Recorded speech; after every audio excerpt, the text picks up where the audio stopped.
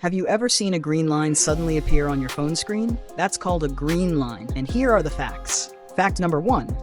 Green lines often show up on OLED or AMOLED displays, because these panels use thousands of tiny circuits that are sensitive to pressure or extreme heat.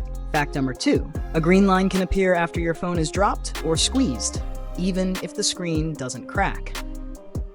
The damage usually happens internally in the connector or the green subpixels. Fact number 3. Overheating can also trigger green lines, especially if you often play heavy games, charge while gaming, and your phone lacks proper cooling. Fact number 4. In some cases, green lines appear suddenly with no clear cause due to factory defects. This is common in certain flagship models. And finally, green lines won't go away with a restart or software update. The only real fix? Usually screen replacement. So if a green line appears on your screen, it's not just a visual glitch. It could be a sign of serious internal damage.